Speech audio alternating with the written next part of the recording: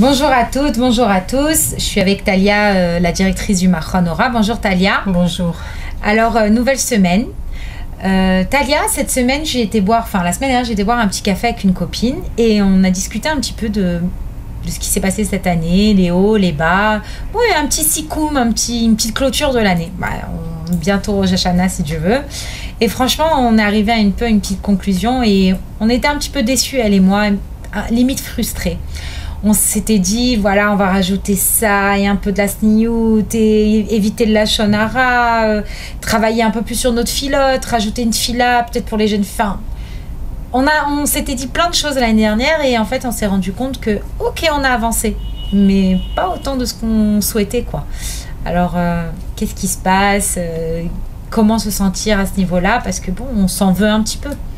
D'abord, vous êtes bien placé parce que si vous allez boire un verre ensemble et que c'est votre sujet de conversation, elle va à nous tous, qu'on soit tous dans cette situation-là. Je crois que c'est un sentiment qui est partagé par beaucoup d'entre nous. Ah, tu m'inquiètes un peu, moi. Non, c'est clair. On est tellement pris par le train-train de la vie tous les jours. On a tellement de choses à faire et le mois de Elul passe comme ça à une vitesse et puis on se réveille, on est à Rosh Hashanah et on se rend compte que parfois on n'a pas eu le temps bichlal, pas du tout de réfléchir un petit peu à ce qui nous arrive et ce qu'on doit faire. J'ai entendu une fois une histoire que j'ai beaucoup aimée et je crois qu'il va peut-être un petit peu nous aider là-dedans. Il y avait une fois un homme qui est arrivé justement avant Rosh Hashanah, qui a mis sa tête entre ses deux mains. Il s'est dit, mais qu'est-ce que je fais? J'avance pas, je vais nulle part. Toutes les bonnes décisions que j'avais prises l'année dernière, ça bouge pas. Même si je fais bouger quelques petites choses, en gros, j'évolue pas trop. Et il est vraiment rentré un petit peu dans une déprime. Il est allé voir son Rav et il lui a dit, qu'est-ce qu'on fait, quoi? On va continuer comme ça toute notre vie. Et le Rav lui a demandé, est-ce que tu as entendu parler de l'arbre du bambou chinois? Le bambou chinois, quel est le rapport avec le bambou chinois? Il lui dit, est-ce que tu sais combien de temps ça prend au bambou chinois pour grandir? Le bambou chinois, c'est un truc qui a 30 mètres de haut. Est-ce que tu sais combien de temps? L'homme, il a dit, non, je ne sais pas. Alors, il dit, je vais te raconter quelque chose. La première année, c'est une petite plante qui est toute petite et qui est très délicate. La première année, l'agriculteur, il arrose. Il n'y a rien qui se passe.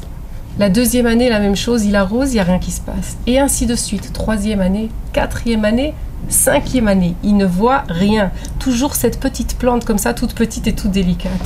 Et puis après la cinquième année, en une fois, en 6 semaines, le bambou atteint 30 mètres de haut. Wow. Comme ça, en 6 semaines. Il lui raconte ça et puis il lui demande, alors maintenant, dis-moi, combien de temps il faut à cet arbre, à ce bambou, pour grandir? Et l'homme lui répond, 6 semaines. Et le rabbin lui dit, non, ton erreur, elle est là. C'est pas 6 semaines, c'est 5 ans et 6 semaines.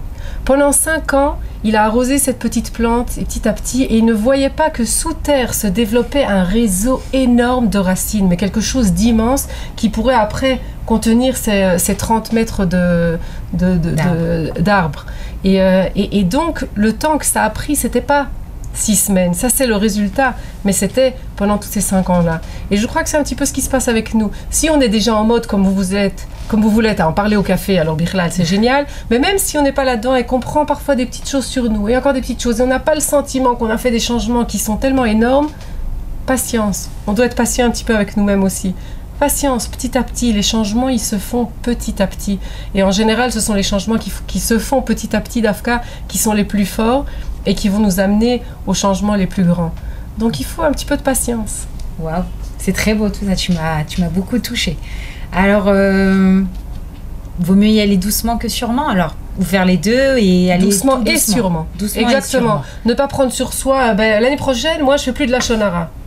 Ou l'année prochaine, je me change au niveau vestimentaire totalement. Il vaut mieux prendre des petites choses qu'on est sûr qu'on va peut-être arriver à faire et petit à petit avoir la patience, avoir la confiance en nous que Bezrat Hashem, on y arrivera et Bezrat Hashem après on grandira comme le bambou chinois.